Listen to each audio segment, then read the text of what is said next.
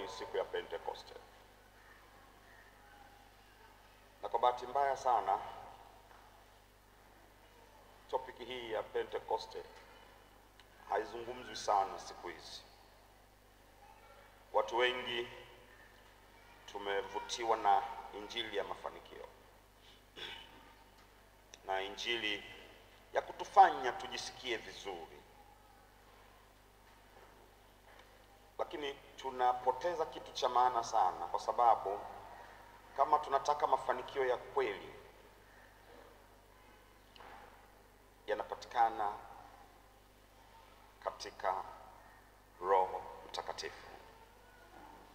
Naomba nirudie tena, kama tunataka mafanikio ya kweli, the key, ufunguo ni Roho Mtakatifu. Bwana Yesu asifiwe sana.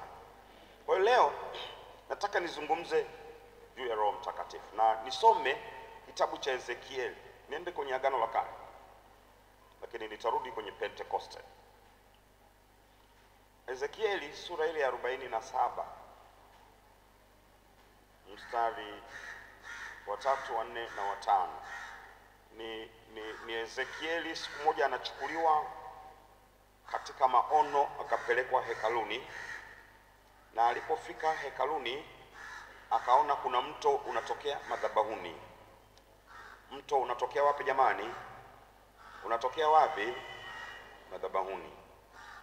Lakini kulikuwa kuna mtu alikuwa na mwanzi, leo tungesema alikuwa na mita, labda kile kipimo, na baadaye akaanza kuyapima yale maji, na Ezekieli alikuwa anamfuata.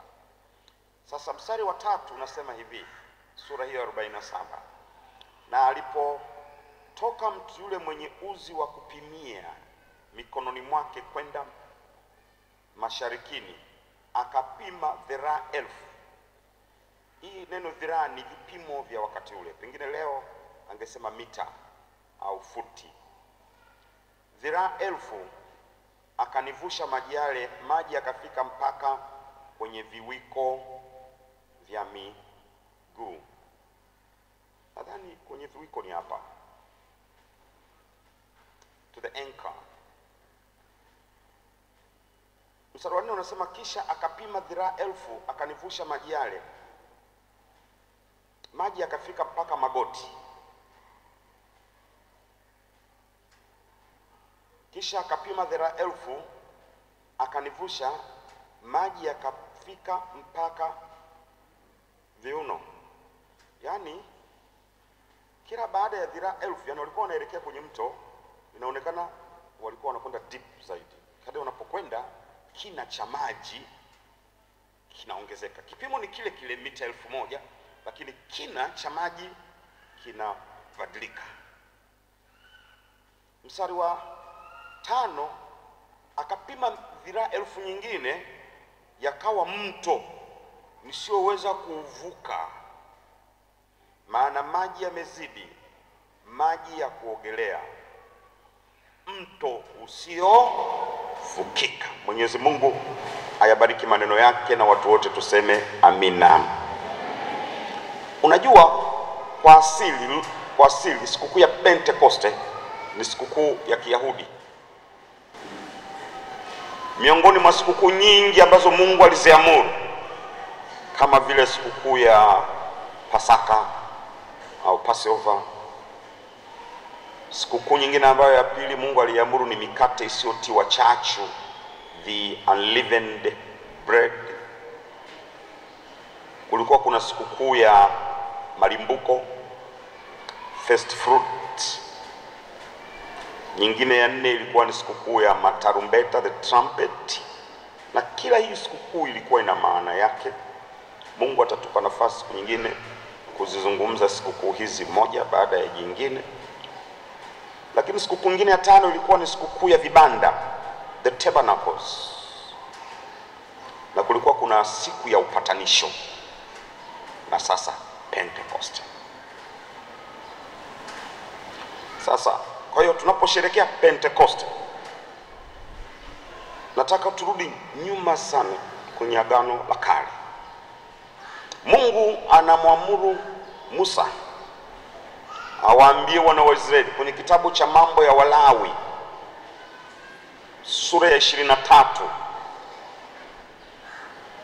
mstari wa 15 na wa 16. Tunaiangalia Pentekoste sasa kwenye Agano la Kale. Mambo ya Walawi sura ya 23 mstari wa 15, neno linasema hivi: nanyi mtajihesabia tangu siku ya pili baada ya Sabato, tangu siku hiyo mliouleta mganda wa sadaka ya kutikiswa, zitatimia Sabato 7. Kwenye tafsiri ya Kiingereza hapa wanazungumza the 7 weeks, majuma 7. Juma moja lina siku ngapi jamani? Juma moja lina siku ngapi? 7. Kwa hiyo majuma 7 ni siku ngapi? 7 mara 7 49. Zamani sisi tulisoma table. Vijana wa siku hizi lazima muende kwenye kompyuta. Lakini sisi tulisoma table zamani. Kwa hiyo ukifika unaanza table ya pili mpaka ya 12, 24, 36, 48, unafika mpaka 144. Kwa 7 mara 7 ni ngapi? 40 na ngapi? Na 7. Nisikia bana 7. 49. Kwa naomba nirudie mstari wa 15. Nataka tuelewe chimbuko la Pentekoste ni nini. Nanyi mtajihesabia tangu siku ya pili ya Sabato. Sabato kwa wakati ule ilikuwa Jumamosi. Kwa hiyo siku inayofuatia ni Jumapili. Wanaanza kuhesabu kuanzia hapo, ambayo walileta miganda wa sadaka ya kutikiswa. Nitaielezea hii sadaka ya kutikiswa ni nini. Zitatimia Sabato 7 au majuma 7. Ndio maana mstari wa 16 unasema hivi: hata siku ya pili ya hiyo Sabato ya 7 mtahesabu siku 50, nanyi mtasongezea Bwana sadaka ya unga mpya. Unga mpya. Kwa hiyo unaona Mungu anamwagiza Musa waisherehekee sherehe ya Pentekoste. Lakini sherehe hiyo kimahesabu, kama tulivyosoma kwenye sura hii ya 23, ilitanguliwa na sherehe ya first fruit au malimbuko, ambapo Wayahudi walikuwa wamelima. Baada ya kulima, mashamba yamechanua, mavuno yako tayari kuvunwa. Kabla hawajavuna mavuno kuyaleta ghalani, walikwenda wakakata miganda kadhaa ya ngano, kwa sababu kilimo chao kikubwa kilikuwa ngano, na baadaye tutaona ni kwa nini ngano. Kwa hiyo wanakata hii miganda. Miganda ni yale masuke ya ngano, na baadaye wanayapeleka kwa kuhani.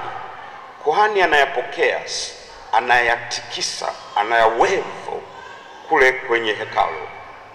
Halafu kuanzia hapo wanahesabu siku ya kwanza, siku ya pili, mpaka siku 49. Sasa wanaleta tena sadaka ya pili hekaluni, lakini mara hii ni sadaka ya unga ambao tayari wa ngano uliosagwa. Kwa nini? Kwa sababu katika majuma haya 7, kumbuka ya kwamba umelima, na sasa tuchukue mahindi, ndio context tunaweza tukaielewa sana. Halafu umechukua mahindi kadhaa, 2 3, umeyapeleka hekaluni. Mahindi mengine bado yako shambani, hujayavuna, uruhusu kuyavuna. Kwenye Agano la Kale unapeleka haya 2 3, kuhani anayabariki. Akisha yabariki, sasa hizi siku 49 zilikuwa ni siku ambazo sasa wanapewa nafasi ya kwenda kuvuna mashamba yao. Mwenye mahindi anayaleta nyumbani, mwenye mpunga unaleta nyumbani, lakini wao kwa sehemu kubwa ilikuwa ni ngano. Na ngano si kazi rahisi kuivuna, ni kama mpunga. Mimi nimewahi kulima mpunga, yani ni kazi. Unafyeka mpunga, alafu kisha ufyeka unaukusanya mahali, alafu unaukusanya unaupiga, alafu ukiupiga unaupepeta, alafu ukiupepeta unautia kwenye magunia. Ni kazi. Kwa hiyo ndio maana wanapewa hiyo kipindi ya majuma 7, wanavuna.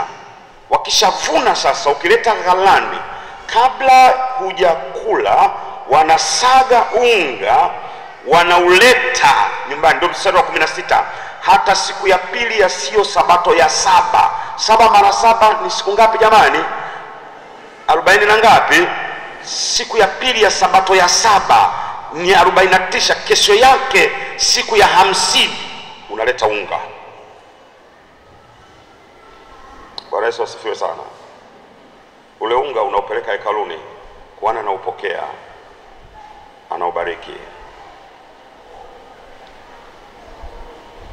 Sasa kwa nini hatuoni jina Pentekoste kwenye sura hii ya 23?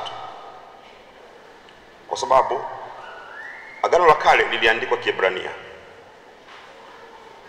na Kiaramaiki kidogo, lakini Agano Jipya liliandikwa Kiebrania. Sasa neno Pentekoste liko pale kwenye sura ya 16, lakini liliandikwa kwa lugha nyingine. Ni kama maji kwa Mswahili, Mwingereza ataita nini? Water. Sasa kwa wewe ambaye unasoma, unasema mbona sioni maji hapa? Ndio hiyo, ndio water. Bwana Yesu asifiwe sana. Neno Pentekoste yanatokana na maneno mawili ya Kigiriki, penta na cost. Nishawahi kusikia jengo Marekani la ulinzi, la wizara ya ulinzi Marekani, linaitwa Pentagon. Unajua maana yake ni nini? Ni jengo lenye pembe ngapi? 5. Penta. Kwa hiyo penta hapa sasa ilikuwa na maana ya 50, koste siku. Kwa hiyo Pentekoste ni siku ya 50 ambayo tunaiona kwenye sura ya 16 ya Walawi. Hata siku ya pili ya sabato ya 7, siku ya 49, kesho yake inakuwa ni siku ya ngapi jamani? Ya 50. Na jamaa amefafanua mbele yake pale, mtahesabu siku 50, mtahesabu Pentecost. Ingeandikwa kwa Kigiriki hapa sasa ungelikuta ile neno Pentecost, lakini kwa sababu wakati ule iliandikwa kwa Kiebrania na ikatafsiriwa Biblia kwa Kiingereza na kwa Kiswahili kwetu ikawekwa moja kwa moja siku ya 50. Nanyi mtamsongezea Bwana sadaka ya unga mpya. Kwa hiyo unaona sikukuu hizi mbili, sikukuu ya malimbuko ambayo umeshalima mashamba yako, mtama umeshakomaa umeiva, mahindi yamekomaa yameiva, kama ni mpunga umekomaa umeiva, kabla ya kuuvuna kuuleta ghalani unachukua machache, ni malimbuko, first fruits, unayepeleka hekaluni. Baadaye unapewa majuma 7, unavuna. Ukishavuna unaleta ghalani. Ukishaleta ghalani sasa, kabla ya kula unasaga unga ule, unaupeleka hekaluni, unakwenda kubarikiwa siku ile ya 50, siku ile ya Pentekoste. Kwa maana nyingine, sikukuu hizi mbili zilikuwa zinakuja katika majira ya furaha, majira ya mavuno. Bwana Yesu asifiwe sana. Jamani, Bwana Yesu asifiwe sana. Sisi watoto wa wakulima tunajua sana. Ninyi wenzetu tumezaliwa mjini, hamjui haya mambo. Wakati wa kilimo kule nyumbani kuna furaha. Ukienda nyumbani kwetu kule mwezi wa 9, wa 10, wa 11, hali mbaya sana. Watu wanatoka saa 11 wanarudi saa 12, wanapiga jembe, vyakula vinakuwa hakuna sana. Nakumbuka tu mama alikuwa anamka asubuhi anatukorogea uji saa 11. Uji ule sukari tulikuwa tunaisikia tu kwamba iko mahali fulani mjini siji wapi huko, hatuijuagi. Tunatia kachumvi ule unga, halafu ule uji unakunywa, unakwenda unapiga jembe, unarudi. Huo si wakati wa furaha, ni wakati wa kugombezana. Asubuhi ugomvi, baba anaamsha watoto, amka, hakuna anayetaka kwenda kulima. Lakini baada ya mavuno yakirejeshwa, ndipo watu walikuwa wanacheza ngoma, ndipo wali wananemwa. Ilikuwa ni wakati wa mavuno na ni wakati wa furaha. Naweza nikasikia amina nyumbani mwa Bwana, amina nyumbani mwa Bwana. Unaona? Kwa hiyo hiki kilikuwa ni kipindi cha mavuno, kilikuwa ni kipindi cha furaha. ambacho Wayahudi walikuwa wanaonyesha nini? Walikuwa wanasema hivi: Mungu, tunakushukuru sana, ingawa ni kweli tulifanya kazi kwa bidii, ingawa ni kweli tulilima mashamba, ni kweli tulipanda mbegu, lakini wewe Mungu ndio uliyetupa afya, uliyetupa nguvu, na baadaye ukaleta mvua, hii mimea ikaota, na leo tunavuna. Jamani amina. Jamani amina. Kumbuka walikuwa watumwa miaka mingapi hawa? Walipokuwa watumwa walifanya kazi sana sana, inawezekana hata kuliko walipokuwa kwenye nchi yao huru. Lakini walifanya kazi sana si kwa ajili yao, walifanya kazi sana kwa ajili ya mabwana zao, kwa ajili ya watawala wa Misri. Lakini sasa walifanya kazi sana, na kwa mara ya kwanza walipokwenda mwaka wa kwanza, walipoingia kwenye ile nchi ya ahadi kwa mara ya kwanza, nchi ambayo ilikuwa imejawa mwamba tupu, lakini Mungu kwa muujiza wake akaifanya ikawa ni nchi yenye rutuba. Walipovuna kwa mara ya kwanza, haikuwa tabu kwao kuchukua sehemu ndogo ya mavuno wailete hekaluni, kuchukua sehemu ndogo ya unga wailete hekaluni. Maana wanakumbuka walipokuwa Misri walifanyishwa kazi kwa nguvu sana, lakini hawakuwa na ghala la kuweka chakula. Watawala walichukua chakula chote. Kabla hatujaokoka, si kwamba hatukufanya kazi, tulifanya kazi sana, lakini unajua hatukufanya kazi kwa ajili yetu sana, tulifanya kazi kwa ajili ya yule jamaa mwovu. Pesa nyingi zilikwenda nje zaidi, lakini baada ya kuokoka sana, sasa unafanya kazi kwa ajili yako. Fedha haziendi kwenye ulevi tena, fedha haziendi kwa makahaba tena, fedha zinabakia no. Ukielewa hilo, giving inakuwa haina shida, no problem. Walipoelewa ya kwamba sisi tulikuwa watumwa. Ulishawahi kulima shamba lako kwa mara ya kwanza, halafu ukawa na mazao ya mara ya kwanza? Unajisikia raha sana. Nilipopanda migomba kwa mara ya kwanza, halafu nikavuna ndizi za nyumbani. Kila siku nakula ndizi, lakini ile ndizi ilikuwa so special kwa sababu naikumbuka nilipoipanda, naikumbuka nilipoimwagilia maji, naikumbuka jinsi ambavyo ilivyokuwa inakuwa, naikumbuka nilivyokuwa ninapunguzia baadhi ya migomba. Halafu siku nikaenda nikalibeba lile mgomba na lirejesha nyumbani, nasema hii ndizi imetoka nyumbani kwangu. Nakumbuka mshahara wa kwanza baada ya kufanya kazi, umetoka tu shuleni, umekwenda mjini ukapata kazi, halafu kwa mara ya kwanza unalipwa pesa. Ulijisikiaje siku ile? Jisikia vizuri sana. Jamani amina, watu wa Bwana. Lakini wenzetu walikumbuka walivyokuwa watumwa, walikumbuka nchi walipoingia jinsi ilivyokuwa imejawa mawe tupu, lakini Mungu akaibadili ikawa nchi yenye rutuba. Wakasema hivi: Mungu, tunakushukuru sana. Haleluya. Sasa mtu mwingine anaweza kauliza, sasa mbona sikukuu hizi hazionekani sasa, hizi za Agano la Kale kwa wakati huu? Sikiliza Paulo anasema nini kwenye Wakolosai sura ya 2 mstari wa 16. Basi mtu asiwahukumu ninyi katika vyakula au vinywaji, au kwa sababu ya sikukuu au mwandamo wa mwezi au sabato. Kumbuka kipindi hiki Paulo anawaandikia Wakolosai, watu wameokoka, wametoka kwenye muda mfupi tu, wametoka kwenye dini ya Musa ambayo walikuwa wanaabudu sabato, wanaabudu siku ya sabato, ambayo walikuwa wanaabudu hizi sikukuu, walikuwa wanapeleka mbuzi hekaluni na kondoo hekaluni, dhabihu zinafanyika, ibada zile za Agano la Kale zinafanyika. Sasa wanaokoka, wanakwenda kanisani, wanakuta hakuna dhabihu, hakuna kuleta kondoo, hakuna kuchinja, siku ya ibada imebadilika. Kwa hiyo kukawa kuna shida. Paulo akiwa amejawa na nguvu za Roho Mtakatifu anawaambia hivi: mtu asiwahukumu ninyi kwa habari ya vinywaji na kwa habari ya vyakula. Kiwekwa mezani, usiulize kula. Nyama ya kuku, ya mbuzi, ya kondoo, ya mbwa, sio nyama. Inaweza ikawa sio nyama kwako, kwa mtu mwingine ikawa nini jamani? Ikawa nyama. So wa kule wa China nani wanakula nyama za mbwa. Anasema mtu asiwahukumu vyakula, vinywaji, sikukuu, mwandamo wa mwezi au sabato. Kwa nini asihukumu kwamba vitu vile havikuwa na maana? Hapana. No. Mstari wa 17 anasema kwa sababu mambo hayo, yani sabato, sikukuu zile za mwandamo wa mwezi, malimbuko, sikukuu ile ya 50, siku ya upatanisho, zile zote Paulo anasema mambo hayo ni kivuli. Biblia Kiingereza inasema it was a shadow, ilikuwa ni kivuli.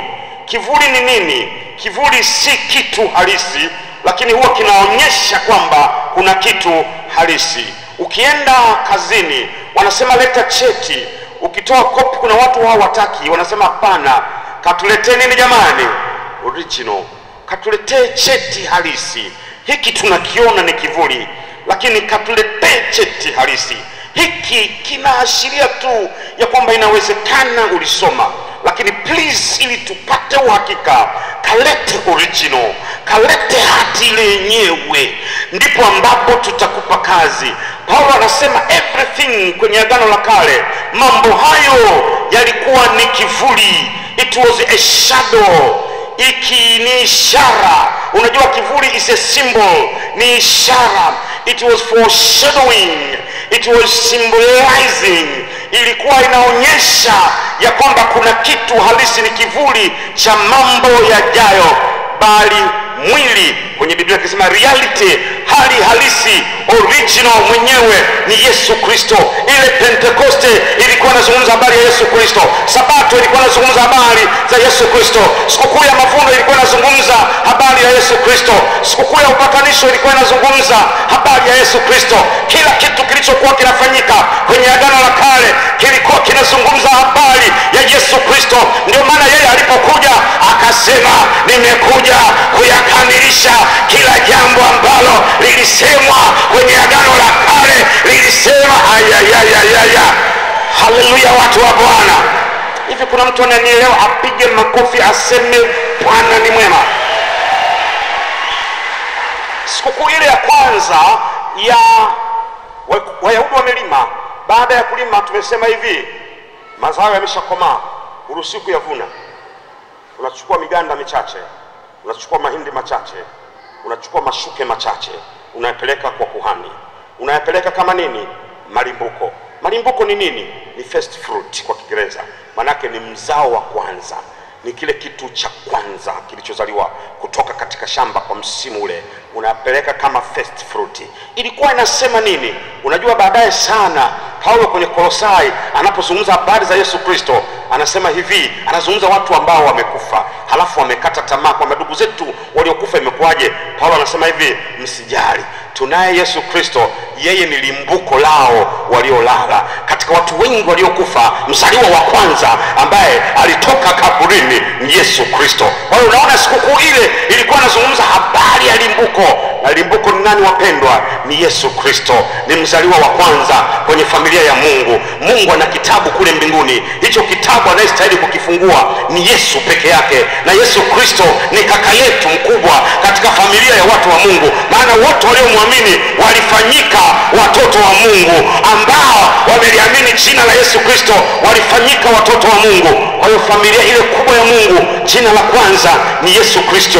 Ndio first fruit, ndio first born, ndio mzaliwa wa kwanza. Jamani, amina watu wa Bwana. Lakini jina la pili inawezekana sisi ni la kwako. Tatizo kile kitabu anayestahili kukifungua ni mmoja tu peke yake.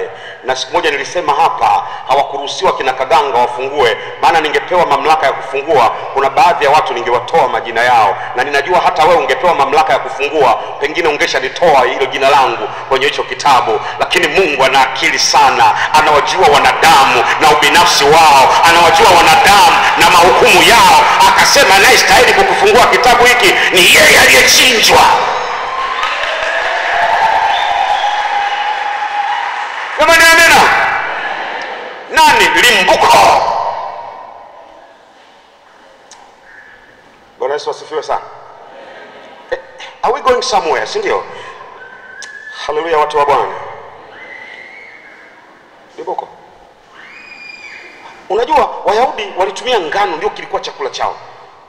Halafu Yesu siku moja kwenye Yohana nafikiri 12, wakati anakaribia kwenda msalabani kufa, wamemsonga na hali ni mbaya sana, uadui ni mwingi, wanafunzi wameanza kuwa na wasiwasi. Halafu akawaangalia akasema, msiogope. Unajua ngano ikibakia peke yake, ile mbegu ya ngano, ngoja nitumie lugha inayoeleweka, mbegu ya mahindi, ile mbegu ya mhindi, kale kapunje kama hindi kakibakia peke yake, ukakatunza kale vizuri sana, ukakalinda vizuri sana, katabakia hako peke yake. Akasema ngano ikiwa peke yake itabakia peke yake, lakini ukachukua ile ngano ukaenda ukaipanda, unapoipanda inafanya nini?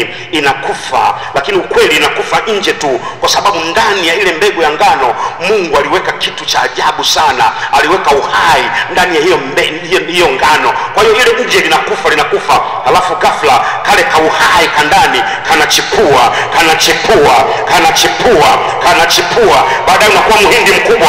Baadaye mhindi ule unabeba mahindi mawili, ukitoa ile mahindi mawili hayawi mbegu moja tena, yanakuwa mambegu kadhaa, inakuwa kopo la mbegu. Ndipo Yesu akawaambia kwamba mimi ndiyo ngano yenyewe, nitapandwa siku ile ya Pasaka, siku ile ya Passover. Na kweli akapandwa akiwa peke yake, na watu wakafikiria kwamba wameuzima Ukristo, wakafikiria wamenyamaza miujiza. Lakini alipofufuka, wale wote waliomwamini wakafanyika kuwa watoto wa